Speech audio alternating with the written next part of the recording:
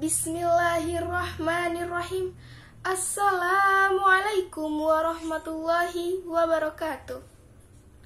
Innal hamdalillah nahmaduhu wa nasta'inuhu wa nastaghfiruh wa na'udzu billahi min syururi anfusina wa min sayyiati a'malina. May yahdihillahu fala mudhillalah wa may yudlilhu fala hadiyalah. Asyhadu an la ilaha illallah wa asyhadu anna Muhammadan abduhu wa rasuluh la nabiyya ba'da amma ba'du. Pertama-tama dan yang paling utama, marilah kita panjatkan puji serta syukur kita terhadap kehadirat Allah Subhanahu wa taala yang telah memberikan kita nikmat sehat walafiat sehingga kita dapat berkumpul di tempat yang insyaallah mubarakah ini. Yang kedua, salawat serta salam tak lupa kita junjungkan kepada baginda Nabi besar Muhammad Sallallahu Alaihi Wasallam yang telah membawa kita dari zaman orang-orang naik onta hingga zaman orang-orang naik Toyota. Perkenalkan, nama saya Ananda Hazia Syazdwina dari jurusan Komunikasi dan Penyiaran Islam. Sebelum memasuki hadis, saya di sini akan menjelaskan kepada kalian tentang ikhlas beramal. Apa sih ikhlas beramal itu? Ikhlas beramal. Ikhlas kalau secara bahasa adalah bersih dari kotoran atau menjadikan sesuatu yang kotor itu menjadi bersih. Sedangkan secara istilah, ikhlas beramal berarti niat mengharapkan ridha Allah saja dalam beramal tanpa menyekutukannya dengan siapapun. Selanjutnya, saya akan menjelaskan kepada kalian cara ikhlas dalam beramal. Yang pertama adalah doa.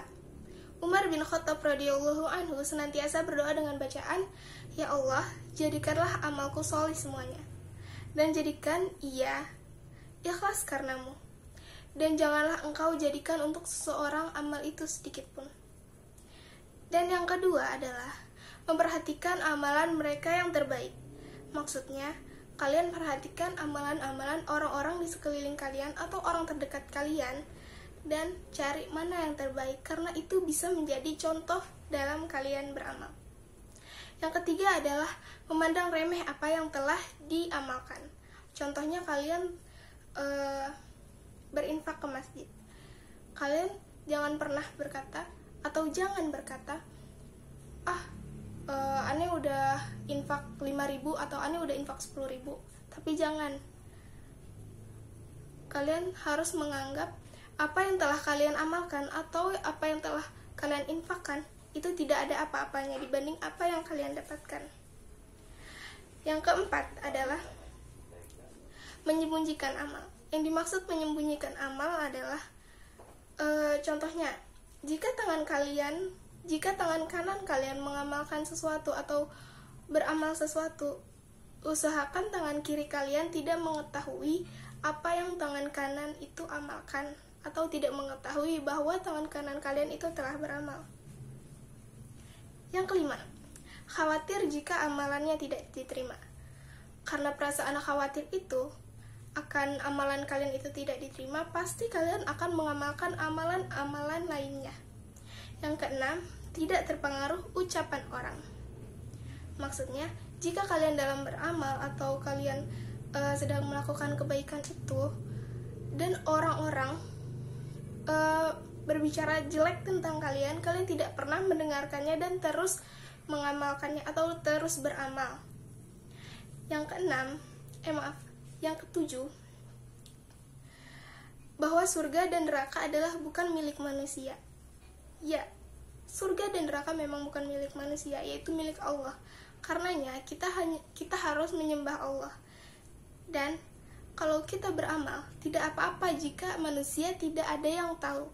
Karena Allah sudah pasti tahu dan memberikan kita pahala atas amalan kita.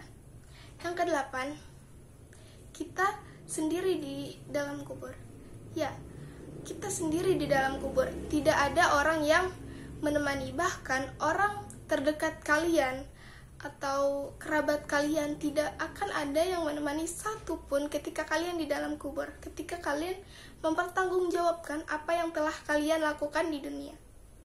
Selanjutnya, saya akan menjelaskan tentang menjauhi perbuatan riya atau syirik kecil. Ada satu hadis yang berbunyi, Bismillahirrohmanirrohim. An Mahmud bin Lubaid qala Rasulullah sallallahu alaihi wasallam, Inna akhwafa ma akhafu alaikum asyirkul asgor ar-riya, yang artinya, dari Mahmud bin Lubaid berkata bahwa Rasulullah Shallallahu Alaihi Wasallam bersabda, sesuatu yang paling aku khawatirkan di antara kamu adalah syirik kecil, yaitu riya. Nah, setelah itu apa sih riya itu? Ya, riya secara bahasa adalah memperlihatkan kepada orang lain sesuatu yang bukan sebenarnya. Sedangkan secara istilah adalah perbuatan taat atau menjauhi kemaksiatan disertai harapan perhatian dari bukan Allah, atau memberitahukan ketaatannya atau senang memamerkannya dengan tujuan untuk tujuan duniawi. Cukup sekian yang dapat saya sampaikan, kurang lebihnya mohon maaf. Wassalamualaikum warahmatullahi wabarakatuh.